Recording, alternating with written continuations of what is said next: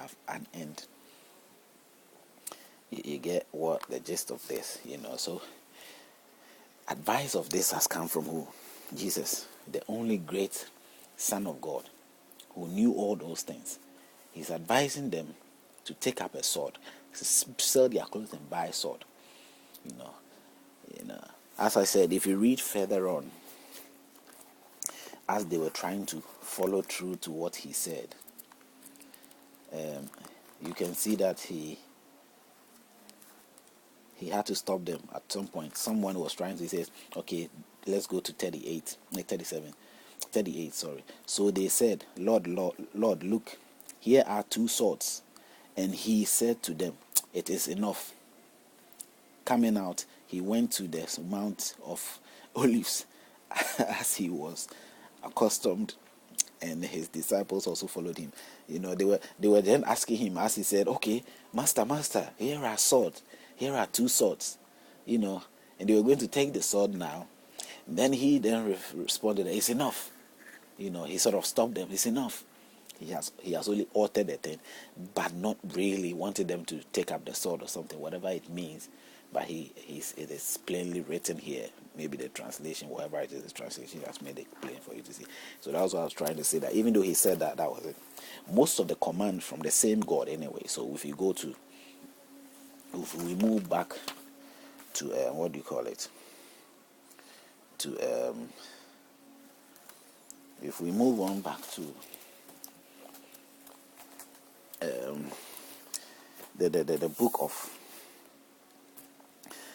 the books of what do you call it? If we move on to Genesis, from the very beginning, when God created the earth, then he destroyed it. As I explained before, if you've listened to some of the early tapes, how God, who knows the future, knowing what he was doing, was okay, approaches something, and all of a sudden decided not to pursue anymore. And then he turns around and said he's going to destroy it. Genesis 6:7. He will destroy man whom I have created. He was going to destroy man that he has created. I don't know. Now, if we go further on the same, you can find all that, and even into the earth. He wanted to destroy. He had to destroy the whole earth, and he did destroy the earth, and regretted later. The Lord has sent us to destroy, And if you go to Genesis 19:13, Genesis 19:13. Let's see what that also says. There are a number of plenty of them that we are going to pull out in the Christian book of advice, of counseling from God, of what to do. 13:19. It says, Genesis 19:13. Sorry, Genesis 19, verse 13. Chapter 19, verse 13 says, "For we will destroy this place because the outcry against them has grown great before the face of the Lord, and the Lord has sent us to destroy it." God himself has sent people to go. Is it angels, or at that time they appeared as people too? I think Abraham also. Now the 2 angels, they came to Abraham, so they were there physically sitting there. They said, God has sent us to go and destroy these people because of what they are doing. The abilities of God to change them was not being used here, but the other side of God of exercising of power to destroy something that he has created, that he has put there. The errors that in there was not going to be resolved. It was beyond his power to resolve it. I don't know why that they have to go and kill these people, destroy them. So they ordered by God to go and destroy them. If we keep on looking at further on to, let's say, that person, I will do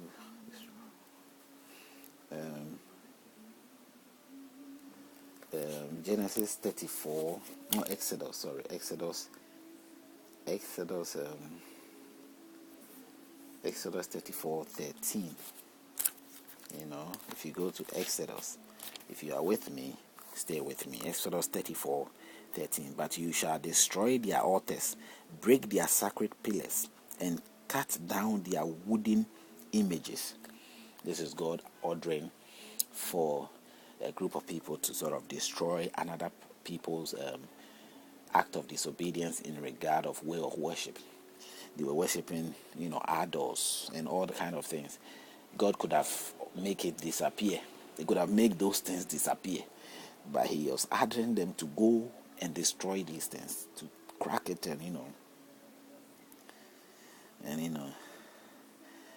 advising them not to have anything to do with the inhabitants of the land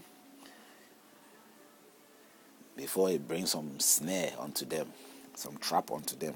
And sometimes they normally get there and they find the women attractive and they fall into it, and the snare comes upon them. So, but it is clearly stating here, God gave instruction to them, the Israelites, and as they go onto that land, there's what. But you shall destroy their altars, break their sacred pillars, and cut down their wooden images. For you shall worship no other God, for the Lord, whose name is jealous, is a jealous God. Lest you make a covenant with the inhabitants of the land, and they play the harlot with their gods, and make sacrifice to their gods, and one of them invites you, and you eat of his sacrifice, and you take his daughters, and you take his daughters for your sons, and his daughters play the harlot with their gods, and make your sons play the harlot with their gods, to prevent all these things to happen. He orders them to destroy the things of that nature. Why people had to do that? I thought God would already take that mantle and do all that, but that's not the case here. So I sort of think about it also again. Then I will utterly destroy and destroy all the sons of turmoil. 24:17, Numbers 24:17. Let's look at Numbers.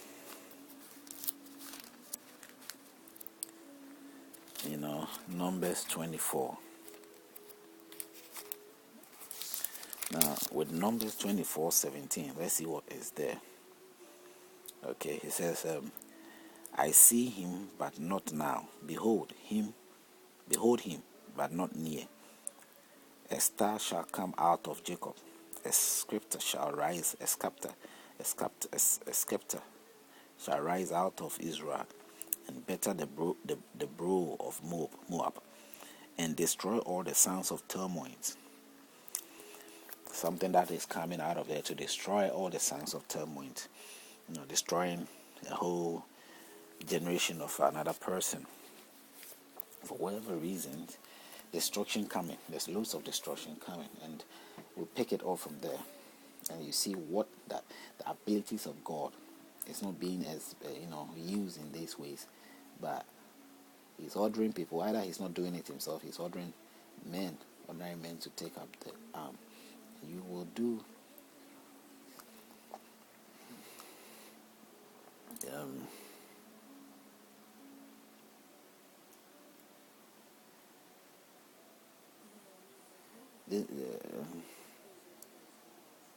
24:19, 32:15. This is Numbers. We are still on Numbers. 24:19. What does that say? It says,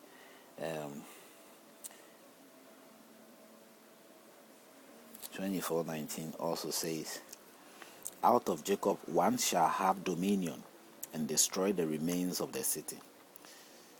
No, that's not very much a strong point. 32. Let's go on to Numbers 32:15.